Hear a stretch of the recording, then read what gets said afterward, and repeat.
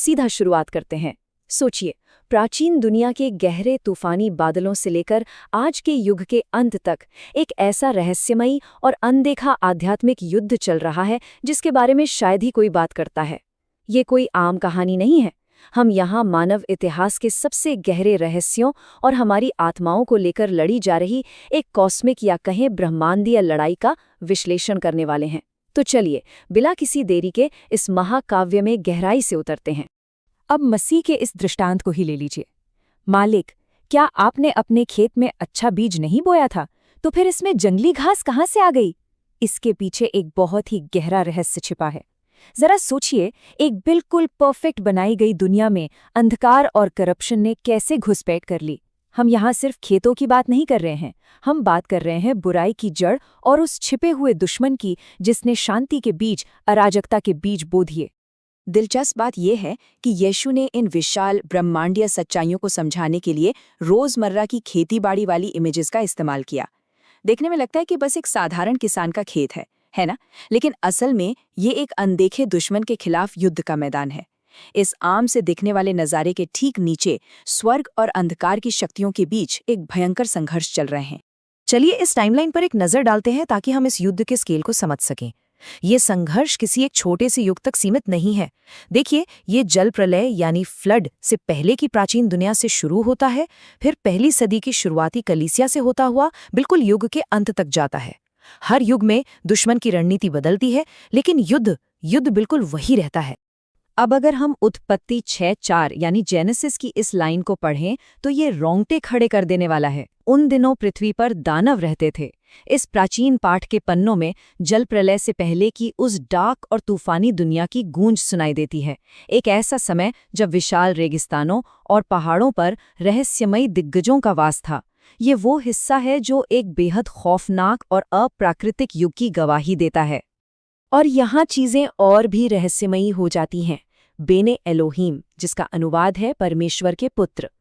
प्राचीन यहूदी ग्रंथों जैसे हेनोक की पुस्तक ने इनकी एक चौंकाने वाली तस्वीर पेश की है।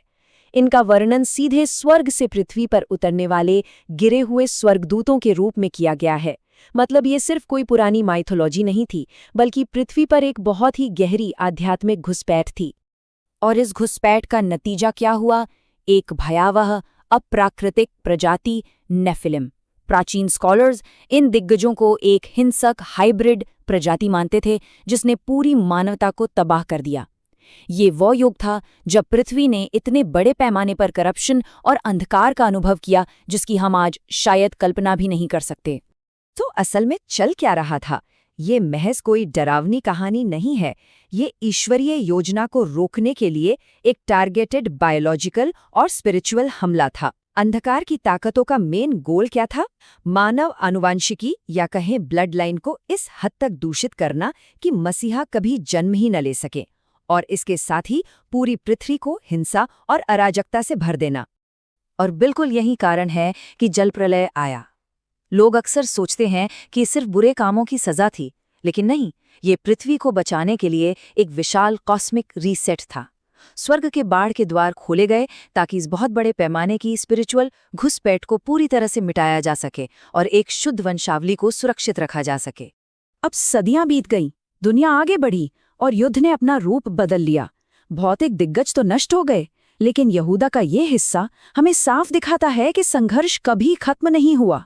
बस अब ये युद्ध खुले मैदान में नहीं, बल्कि सीधे विश्वासियों के बीच बिल्कुल अदृश्य रूप से लड़ा जा रहा था। और आज भी इंसानियत के बीच ये अनदेखा विभाजन बिल्कुल साफ है।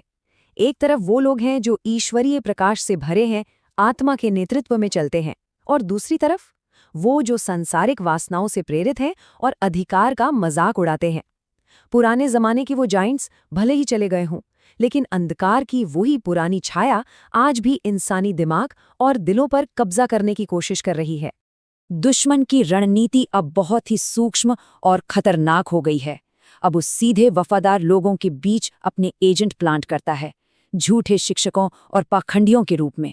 बाहर से देखने पर ये बिल्कुल सच्चे और अच्छे लगेंगे, लेकिन भीतर से वो इस गहरी ब्रह्मांडीय लड़ाई में अंधकार के मोहरे हैं। धोखा देना ही उनका सबसे बड़ा हथियार है। रोमियो 8:9 की इस लाइन की गहराई को महसूस कीजिए। यदि किसी में मसीह का आत्मा नहीं है तो वो उसका नहीं है। ये कोई आम नियम या बिलीफ सिस्टम नहीं है, ये एक सीधी सच्चाई है।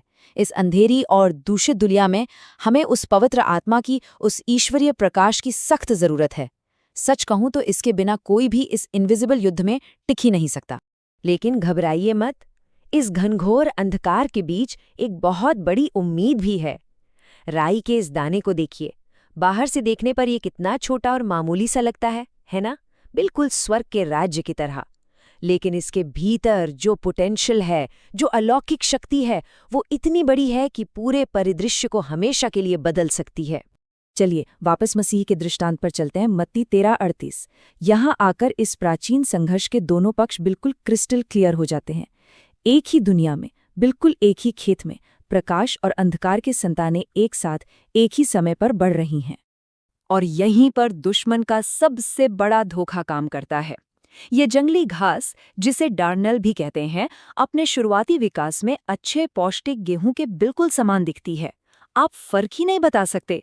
वो प्रकाश की संतानों की तरह ही दिखते हैं, जब तक कि फसल पक ना जाए और उनका असली कड़वा रंग पूरी तरह से सामने ना आ जाए। और इस तरह हम पहुंचते हैं इस ब्रह्मांडी युद्ध के सर्वनाशकारी अंत पर, अंतिम फसल। दोनों को युग के अंत तक एक साथ बढ़ने दिया जाता है। लेकिन फिर एक विशाल अलगाव होता है।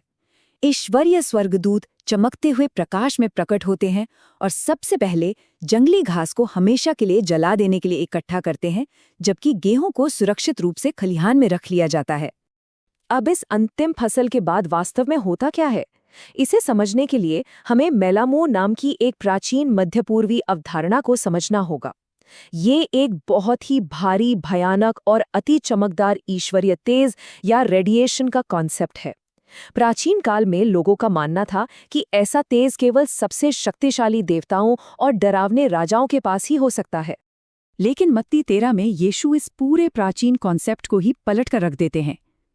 तब धर्मी अपने पिता के राज्य में सूर्य के समान चमकेंगे।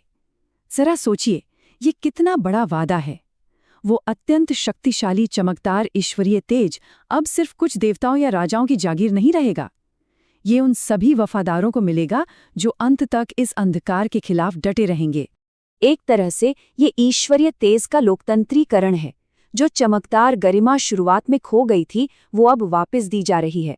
मेसोपोटामिया के राजाओं से शुरू होकर दानियल की भविष्यवाणियों तक, और अब मसीह के माध्यम से ये ईश्वरीय प्रकाश हर एक विश्वासी के लिए एक जीती जागती वर्तमान और अनंत वास्तविकता बन गया है।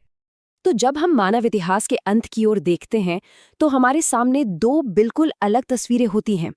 एक तरफ वो पुराना भ्रष्टाचार, हिंसा और अंधकार का राज्य है जिसने प्राचीन काल से तबाही मचा रखी है, और दूसरी तरफ आत्मा द्वारा पूरी तरह से बदला हुआ अनंत प्रकाश और महिमा का राज्य।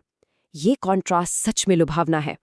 मानव आत्मा पर लड़ा जा रहा ये प्राचीन ब्रह्मांडीय युद्ध आखिरकार दुश्मन की जंगली घास के पूरी तरह से मिट जाने और एक शाश्वत चमकदार फसल के उदय के साथ खत्म होता है। उत्पत्ति के उन प्राचीन दिग्गजों के आतंक से शुरू हुई ये महाकाव्य गाथा अंत में एक शानदार चमकती हुई हार्वेस्ट पर जाके पूरी होती है।